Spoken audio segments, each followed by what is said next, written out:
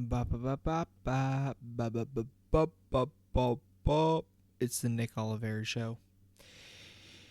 I am technically, and by default, the host, Nick Oliveri. This is part 2 of a series that will probably be ongoing, but not for every episode, not for subsequent episodes, but intermittently, because I think Lolita is an important work.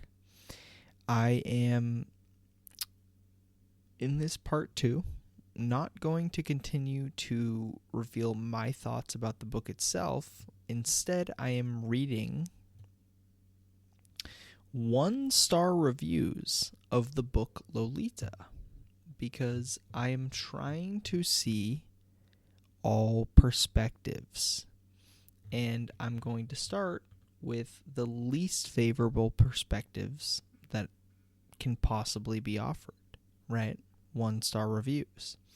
And not only 1-star reviews, but 1-star reviews with thought in them, right? With actual cognition toward them. This isn't going to be a super long episode. Just bear with me here.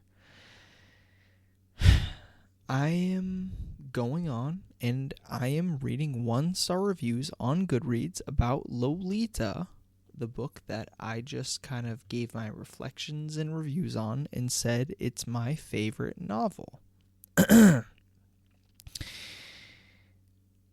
Girls, mainly girls, only girls really, only females will say, oh, this is a red flag to love. I'm just going to profess what I love. And if a girl says that's a red flag, I don't want to date you, that's fine. If what I hold to be a dear work of art that inspired me, it doesn't not only doesn't inspire you, but actually makes you hate me or makes you think less of me, then so be it. We're not meant to be. Now, granted, I'm not taking a stance. I shouldn't have to proselytize this, but I'm not taking a stance on Humbert's morality. I've been very explicit in that Humbert, the narrator and quote protagonist, at least narrator, main character of the work by Vladimir Nabokov, is unsightly, unwholesome, vile, diabolical, and evil. I'd agree with you if you make those assertions. So I feel as though I already have a little bit of a force field around me when I say that. I'm not condoning any actions in this book taken by Humbert. I'm not condoning any words said by him. I am, however, appreciating the diction, the prose, the feel of the novel. That's where the novel shines, and I think that's where a lot of these 1-star reviews fall flat, because they continue to focus on the subject matter. If you are just hearing this podcast for the first time, it would be wise for you to check out episode 1. Sorry, not episode 1. Part 1 of the Lolita series, and see why I ranked this book and I rated this book and I proclaimed this book as my absolute favorite novel. Oh, it's a red flag. Oh, you're a weirdo. You're a creep. You're disgusting. You are unsavory for me to ever follow you because you love this book. That's fine. That's fine. I'm an artist. I love also other art, not just mine. And if you're going to hold that against me, if you're going to hold the art that I love against me, that's fine. It's your life. I'm not sorry about it. I'm not sorry about the way you feel about this work that sold over 70 million copies and rivals that of Tolkien and Dickens and Rowling and even Shakespeare. I am only going to say this novel is one of the most beautiful works of art that I have ever read, in the most subjective way possible, and no one really is objective. I am subjective, as is everyone else. I am arbitrary in my whims, as is everyone else. What we're going to do in this episode is strictly and simply read Goodreads 1-star reviews of Lolita by Vladimir Nabokov. One of my, if not my favorite novel of all time. And I'm just going to react to them. I'm not going to judge them. I'm going to react to them. And if you haven't seen part 1 of the Lolita series, I strongly encourage you to go ahead and listen to that before I get into this. Because some of these folks make good points on the basis mainly of subject matter. You're probably going to begin to see a pattern with, by the way, it's mostly women who denounce this book, and the men who give this book a 1-star are probably virtue signaling. I don't condone Humbert. I do condone Vladimir Nabokov for writing this, because it's one of the most beautiful pieces of art I've ever heard. I don't live my life like Nabokov's protagonist in this work, Humbert. I don't think like Humbert. I don't act like him. I never have, and I never will. But I shouldn't have to put that out as a qualifier in order for me to just say I love this novel. And if you want qualifiers for why I love the novel, go and listen to part 1, and let's read some 1-star reviews for Vladimir Nabokov's Lolita. Light of my life, fire of my loins, my sin, my soul. She's 12 years old. Whoa.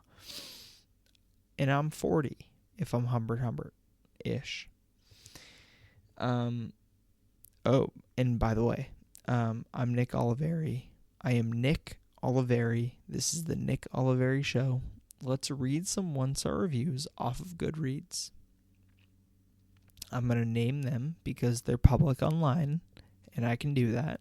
And then I'm just going to react to them. I'm not going to judge them. I'm not going to condemn them for their, this book is like almost supposed to be polarizing. Like, Nabokov didn't get this published and expect it to only receive 4 and 5-star reviews. This is a highly controversial work. So let's dive into the 1-star reviews. This is the Nick Oliveri Show, where we talk about great art, great people, and the many things in between. So let's talk about some great art, and let's talk about some people who detract from what I deem as great art, and see what they have to say and react to it. Let's start. I'm on Goodreads. First 1-star review of Lolita that I see is by Charlotte May. Charlotte May. She says, in 2020, having just finished A Dark Vanessa, a book I rated 5 stars, I am even more certain of my hatred for this book. Any book where the reader is forced to feel empathy for a pedophile just doesn't do it for me.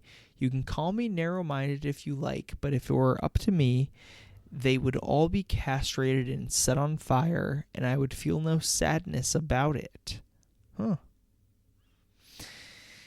Go read A Dark Vanessa for a fantastic portrayal of an abusive relationship between a girl and a grown man.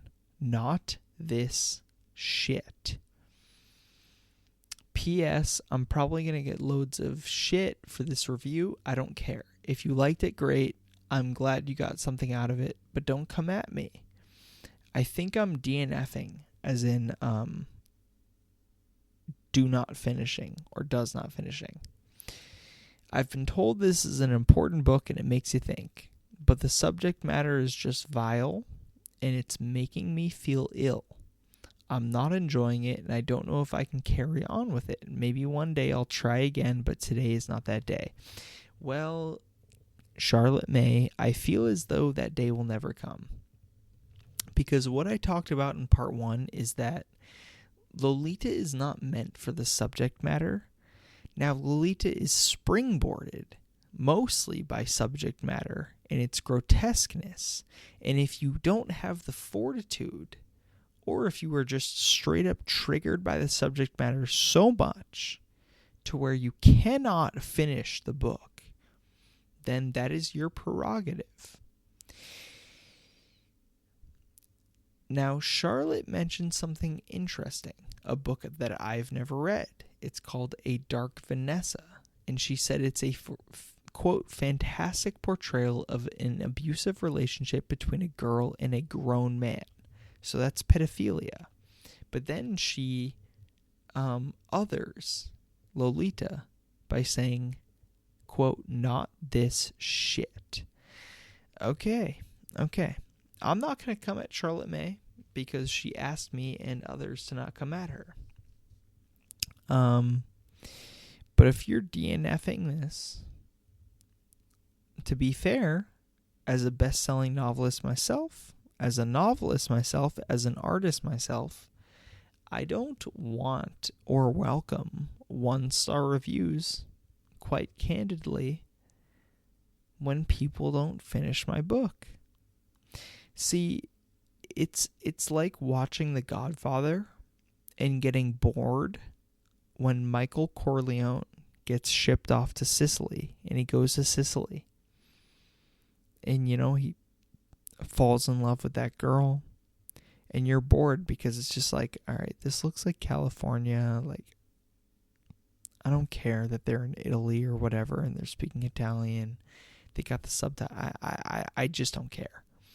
I'm not going to finish it.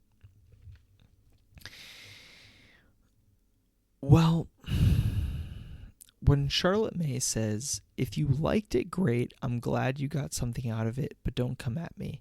She's taking this defensive feminine stance, which I don't appreciate, frankly, because she didn't finish the book. She says, I'm thinking of DNFing, as in not finishing. She's definitely not going to finish this book. I would recommend that if you ever rate and especially review a book, but even if you rate a book, finish it first. Just finish it first. I told you in part 1, which you need to listen to because it's like a 50-minute podcast, right? It's like a 45, 50-minute episode. I told you why I love this book. It's mainly for the prose style mixed with the subject matter. I don't relate, nor do I sympathize with Humbert, but the fact that he's able and willing, at least willing, to try to get you on his side, and he's so affirmed in his beliefs, speaks to Nabokov's skill as a writer. He's versatile. I don't know if Charlotte May knows this, and I doubt if Charlotte May in this review has ever read any of Nabokov's other works, but Nabokov's wife and longtime, if not cradle-to-grave partner, his only, was a woman named Vera,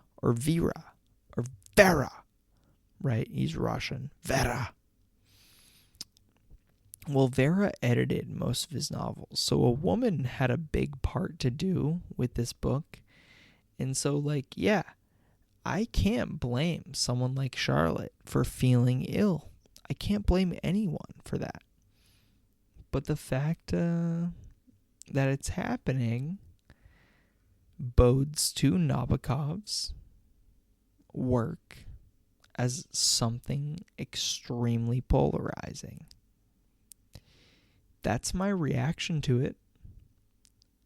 What I will say as a verdict of this review is I don't think it's fair, but there are some parts that is fair. I think Charlotte just tried to disguise as fair, right? In saying, I'm glad you got something out of it, but don't come at me, right?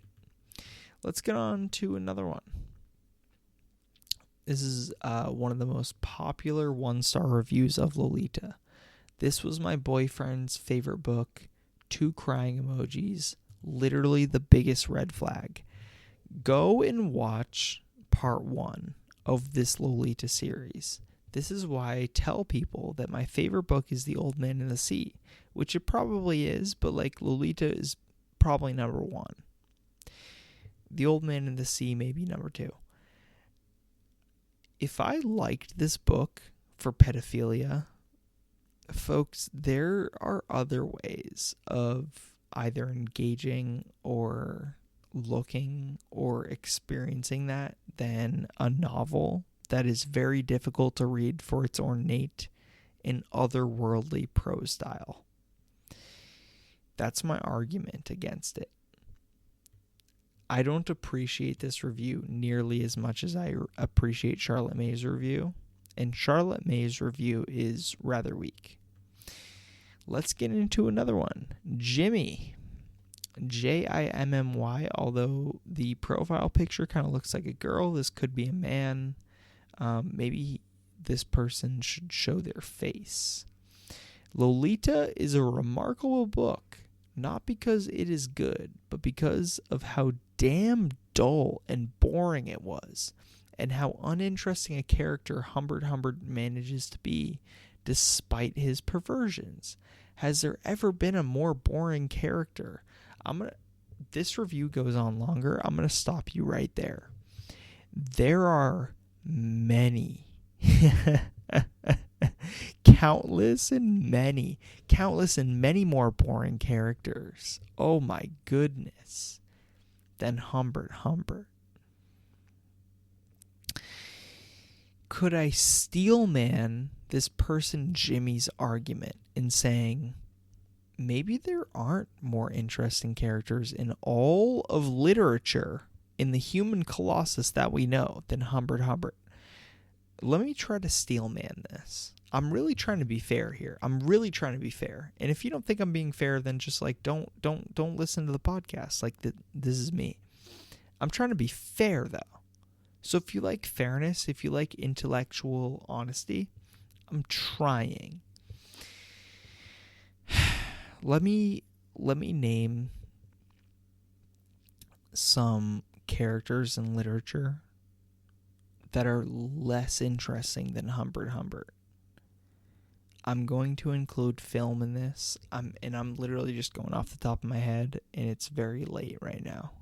If not early, it's 1:30 Eastern a.m. Let's see. The Protagonist in Mad Honey by Jodi Picoult. Let's see.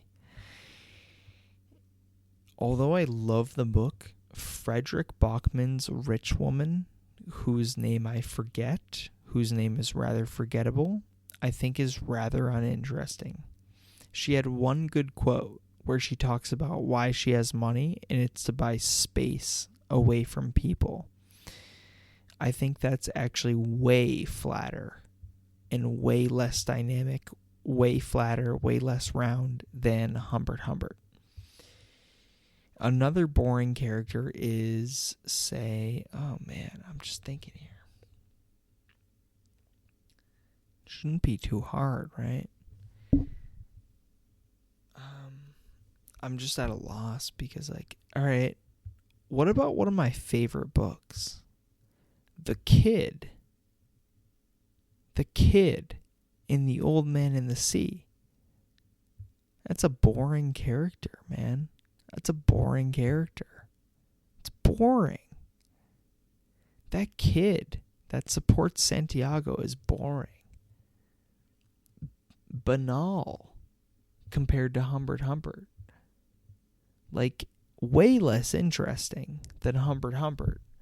Now, Humbert Humbert, though, is supposed to be, and if it sounds like I'm defending this novel, in part I am.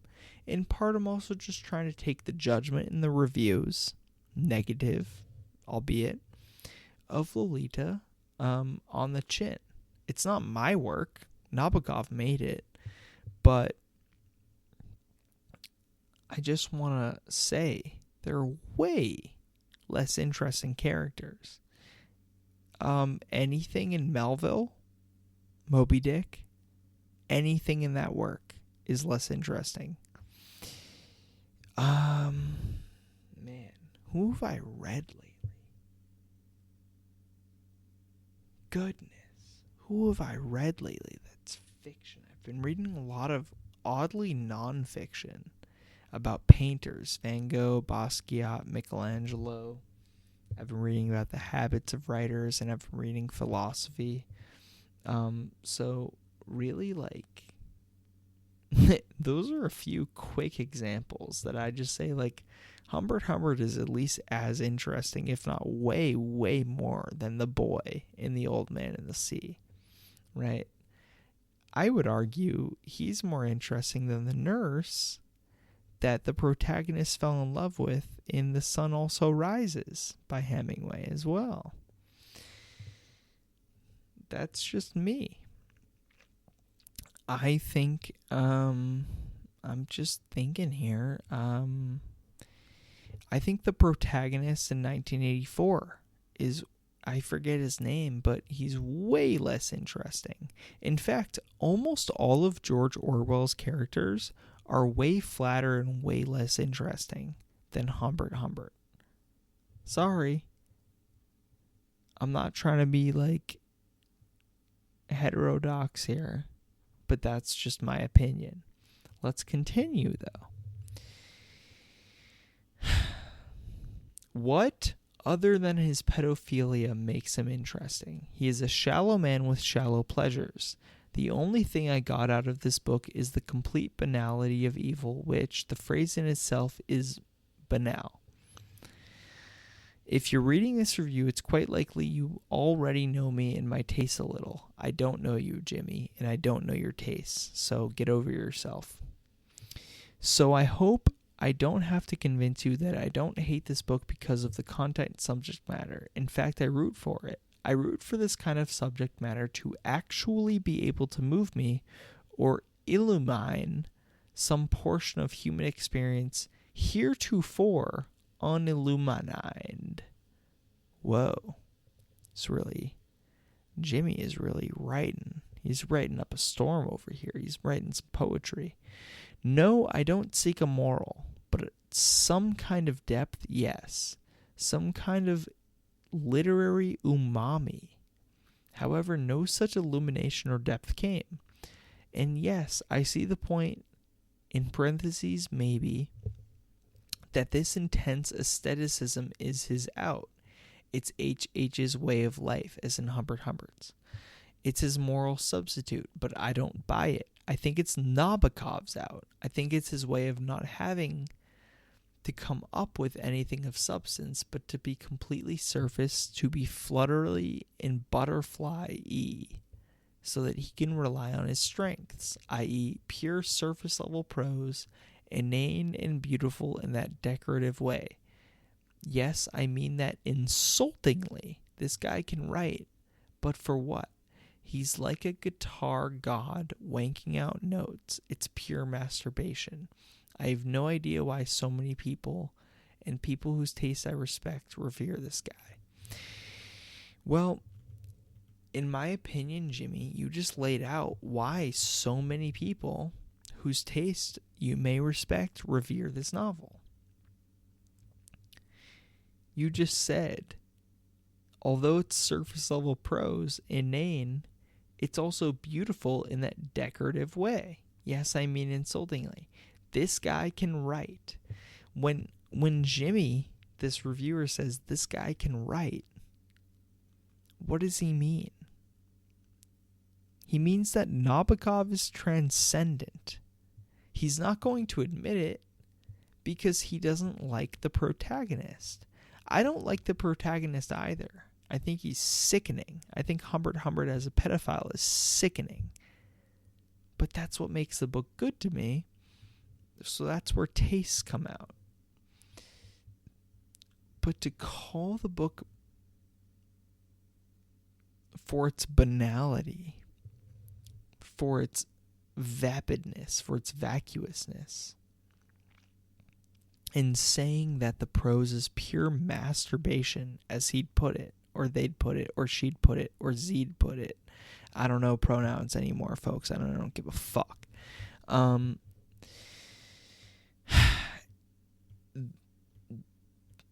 Actually, the comment that I detest the most in this review is, I have no idea why so many people, and people whose taste I respect, revere this guy. Jimmy, you just said it. He's a master. You said he writes beautifully and he can write. So what if it's pure masturbation? Do you think Jimi Hendrix, because Jimmy gave the guitar metaphor. Do you think Jimi Hendrix never played just to enjoy himself because he was so good at the guitar, just to play it? Some people do that. Now, in fairness to this reviewer,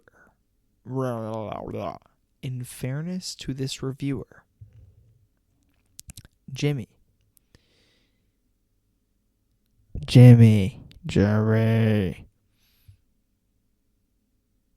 you said it's surface level. The plot is not complex.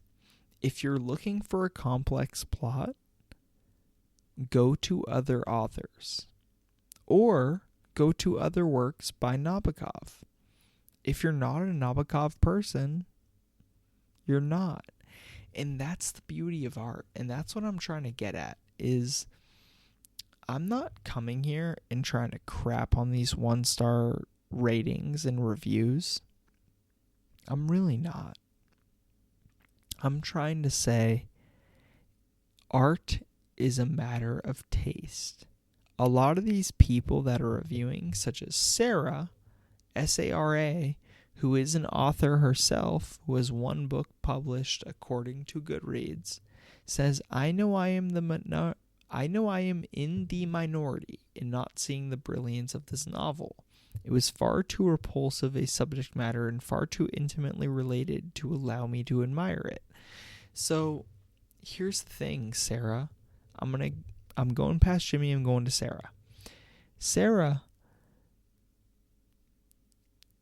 she admits two things. She's in the minority for not seeing the brilliance of the novel. By the way, I never need a crowd to affirm my opinions. I just have my opinions, and that's that. I don't need anyone or any crowd to justify it. I'm not part of a tribe, right? But she said it was far too repulsive a subject matter and far too intimately related to allow me to admire it. Well, if we're going to be objective, which you clearly are not being, you overlooked the brilliance.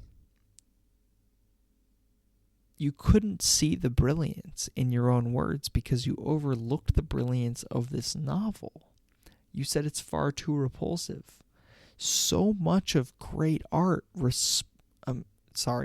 exposes the repulsivities, the indignations of life in the animal kingdom, among humans, and otherwise. That's how it goes. I think a lot of these 1-star reviewers of Lolita by Vladimir Nabokov are kind of hanging themselves on their own words. They're hanging themselves on their own words. I told you I'm not going to judge these reviews, but I'm going to give my take. And I just think your take is wrong. Now, if you say simply, there is no brilliance to this novel, that would be one thing. Then we can debate the subjectivity of prose structure. She's implicitly saying there is brilliance in this novel. I'm not seeing it because it's far too repulsive a subject matter. I think that is a problem. I think that is wrong. Now, you can give 1 star to any book. You can give 1 star to any book. I got like 9 published. 4 of them, 5 of them bestsellers in one way or another. I understand, right, that it's too egregious for you. What about, so I've been reading a lot about Caravaggio lately. He's one of my favorite painters. I love studying painters.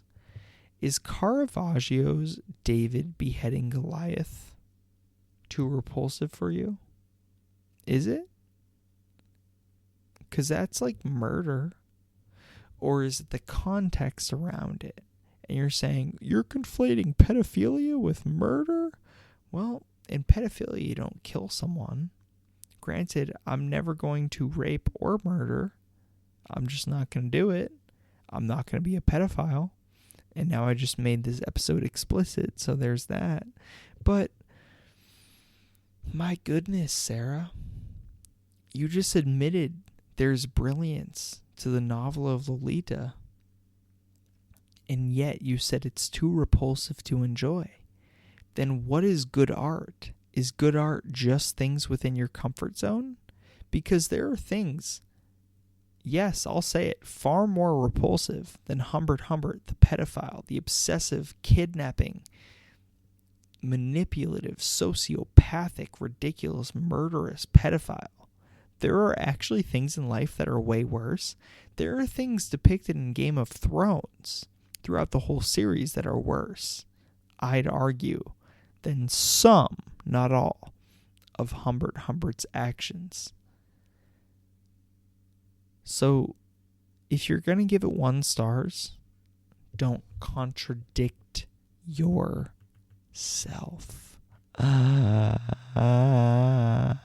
Don't do it.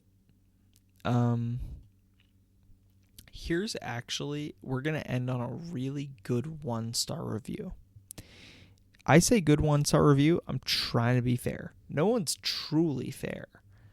But, let's go. Holy crap on a cracker. This is by Melissa Dogwolf Lover. Holy crap on a cracker. 2 exclamation points. Girl, yeah, girl power. Feminism. I can't even get anywhere in this book. I can't stand the writing style, and half of it makes no damn sense. Although I did understand some of the crap in the jerk's mind, I'm not even bothering to skim finish. I am down for taking out the peds, though. Nasty bastards. Okay, so another one she didn't finish. I thought this 1-star review of Lolita was gonna be a little bit better in just saying, because the writing style is what carries Lolita.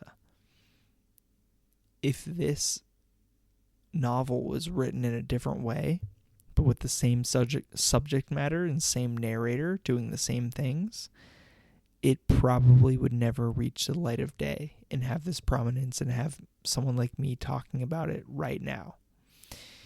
But it does. So when she says I can't stand the writing style and half of it makes no damn sense, I can relate to that, because Lolita is filled with sentences I have to read twice, thrice, 4 times, 7 times, 9 times in order to understand what Nabokov is writing, right? But then the other sentence, although I did understand some of the crap in the jerk's mind, that's kind of weird that you understand him. So you're saying, like, Melissa, you're a woman and you relate to Humbert Humbert? A little weird. I'm not even bothering to skim finish. Okay, so another DNF. I hope just in these like 4 or so 1-star reviews of Lolita, of which Nabokov has like tens, maybe dozens and dozens and dozens of thousands of 1-star reviews on Lolita, he at least